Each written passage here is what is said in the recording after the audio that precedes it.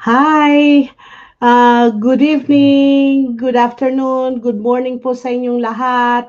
Nandito po si Molet Aranza. Nag-go live po ulit at nakikita niyo po rito, nasa tabi ko Hello po, alam po. niyo po kung sino po to, ang aking pong mahal na asawa, si Ayan. At ako'y masayang-masaya at ngayon po ay sumama siya sa go live namin dito sa aming business. At nandito po siya at Magandang umaga, magandang tanghali, magandang gabi. Nasaan man kayo. naman kayo. Okay, time check. It's 9:43 in the evening. At ako'y talagang masayang-masaya at siya ay sumama na po siya ngayon na mag-go live at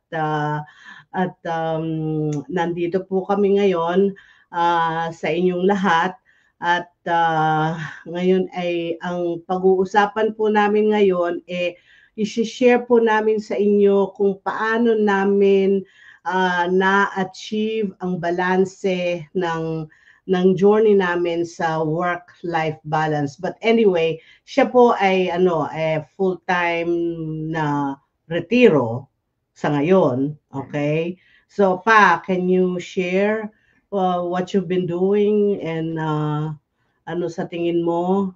Yeah, ano ko, retired sa being a bus driver, school bus driver, but full-time being a yaya. Be, Full-time being a yaya. full-time being a yaya, taking care of the apo, being And apostolic, and the dogs the and the yard and you know what I'm doing. Lahat-lahat na sa paligid-ligid. pasaligid-ligid. At ito po kasing asawa ko na to, mula paggising, ever since anyway, mula paggising hanggang sa gabi, hindi po yan humihinto.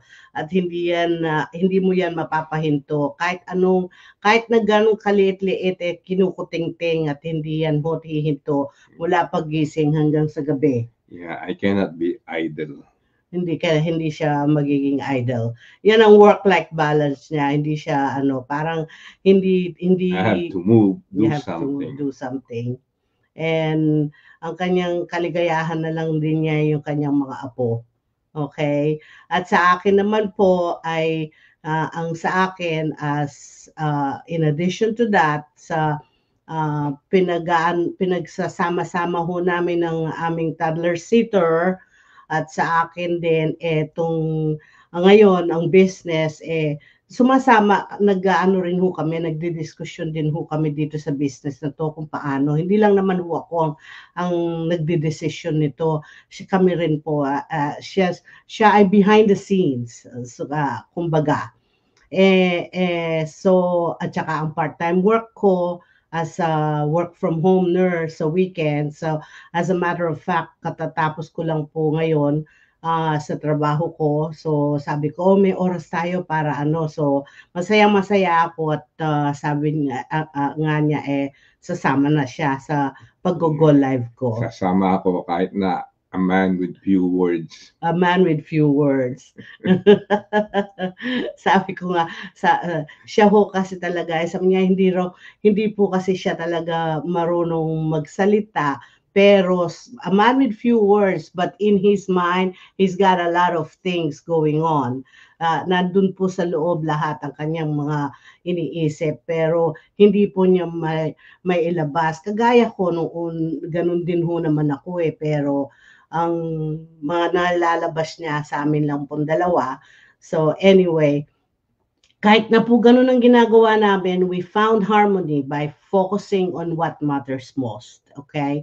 So, time management, ano ka ba? Inantok. Time management helps us juggle caregiving and nursing roles sa akin, saka sa kanya naman ho sa paligid-ligid dito sa bahay. Siya ho lahat ang nagme-maintain dito sa bahay at lahat ho yan wala ho akong desisyon tungkol sa bahay, siya lahat ho yan. Kaya nga, tsaka nagsiset kami ng boundaries, kaya para ma-enjoy namin ang personal moments namin at para maka-recharge. Tsaka flexibility is the key. Okay?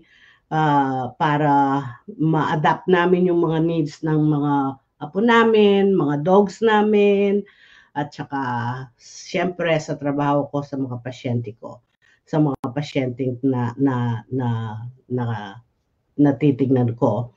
And most importantly, our self-care para ma-energize kaming dalawa, di ba? Pa? And the balance that brings us so much joy and fulfillment para sa aming retirement. Okay. Okay? Okay. Yun lang po. So, yun lang po ang sabi ko sa kanya, sandali lang ho naman kami At kaya sabi nga niya, man of few words. So, baka ngayon may lalabas na niya dahil nagsisimula na siya. Hopefully, may lumabas. Kaya ho, nagbablanko ang utak. Nagbablanko ang utak niya, pero sa loob ho yan, mabilis, ano ba yun? Mag-isip. Mabilis mag-isip. Kaya pagka nag-uusap ho kami nito, parang trend na lumalabas sa akin nandun na sa malayo, hindi ko pa nakukuha, malayo na. Sasabihin ko sa kanya, balik ka muna. Ano ba? Yun. Doon ho kami magkakaintindihan. Yeah, sana mapag-aralan yung direction na yun. Sana mapag-aralan yung direction na yun. Paano bumagal? Sige po. Magandang gabi po sa inyong lahat. Magandang umaga, magandang tanghali. Bye-bye. At yung ating website, Papa, kahit nakapangalan ko. Yeah. I-check nyo yung www.mariamuletaranza.com. Okay.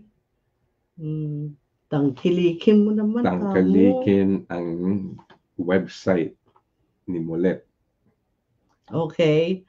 Sige po, magpapaalam na po kami muna sa inyo hanggang sa susunod. Maraming salamat po sa inyo. Thank you. Bye-bye. Bye.